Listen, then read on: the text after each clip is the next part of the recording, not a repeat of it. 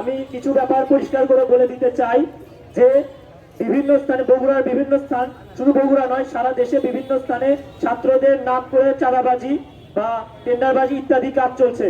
আমরা যারা ছাত্র সমাজ রয়েছি এর তীব্র প্রতিবাদ জানাই এবং ভবিষ্যতে যদি এরকম কোনো কর্মকাণ্ডে কাউকে দেখা যায় তাহলে ওখানে অবস্থিত লোকেরা আপনারা সোশ্যাল মিডিয়াতে এসব তথ্য ছড়িয়ে দিন এবং অবশ্যই যাচাই বাছাইয়ের মাধ্যমে আপনারা আমাদের সহযোগিতা করবেন। আরেকটা ব্যাপার আমি পরিষ্কারভাবে বলতে চাই, বগুড়ায় আমাদের পুলিশের যে কার্যক্রম রয়েছে তা শুরু হয়েছে এবং আপনারা যখনই কোনো সমস্যায় পড়বেন আমরা আছি আপনাদের সহযোগিতা করার জন্য। পুলিশকে আমরা ছাত্র সমাজ যতটুকু পারি সহযোগিতা করব। একটা কথা মনে রাখতে হবে, তারা একসময় ফ্যাসিবাদের দোষর ছিল, কিন্তু তারা যদি নিজের ভুল বুঝতে পেরে আমাদের সাথে সহযোগিতা করতে চায় তাহলে আমরা অবশ্যই তাদেরকে সহযোগিতা করব এবং তারা যেন ভবিষ্যতে কোনো প্রকার ফ্যাসিজমের টুল হিসেবে ব্যবহৃত না হয় এজন্য তাদেরকে আমরা সচেতন করে দিতে চাই, ভবিষ্যতে যেন তারা পূর্বের মতো ভুল না করে।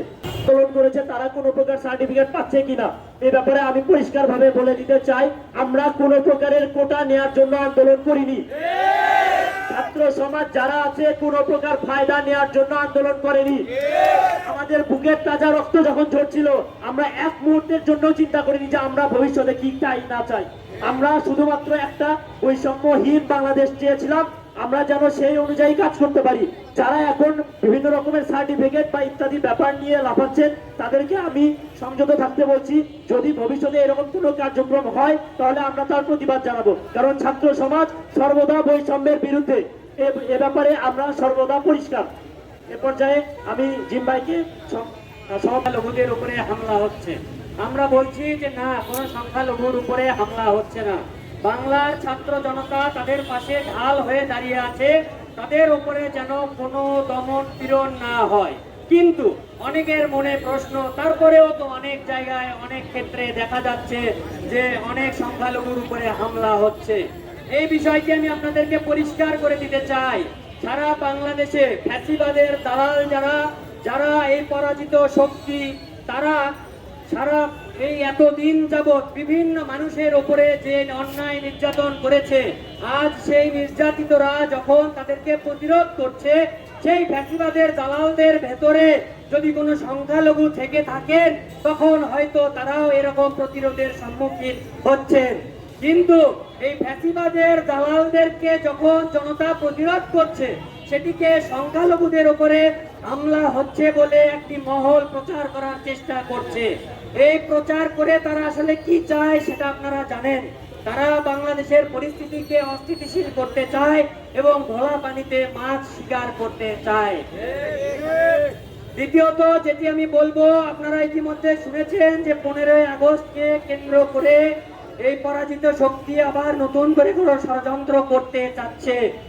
আমি স্পষ্ট কণ্ঠে বলে দিতে চাই, ব্যর্থহীন কণ্ঠে বলে দিতে চাই, এমন কোন ষড়যন্ত্র বাংলার মাটিতে এই ছাত্র সমাজ সফল করতে দেবে না।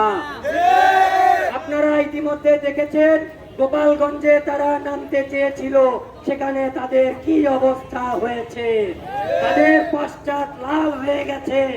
বাংলাদেশের যেখানেই তারা আবার বিশৃঙ্খলা করার চেষ্টা করবে, সেখানে ছাত্র সমাজের প্রতিরোধের মুখে তাদের এই একই অবস্থা হবে।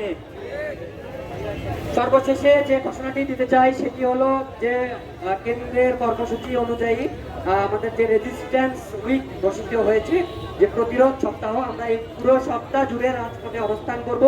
আওয়ামী ফ্যাসিবাদের দালালরা কোনোভাবেই যেন রাজপথকে দখলে নিতে না পারে, আমাদের এই অর্জিত বিজয়কে তারা যেন ছিনতাই করে নিতে না পারে। সে কারণে বগুড়ার ছাত্র সমাজ তাদেরকে আমি আহ্বান জানাবো, আজকে যতজন এসেছে তা তো এসেছে, এর বাইরে যারা আছেন, যারা মনে করেছিলেন যে আন্দোলন হয়তো শেষ হয়ে গেছে, তাদেরকে আহ্বান জানাবো আপনারা পুনরায় রাজপথে ফিরে আসেন। কেন্দ্রে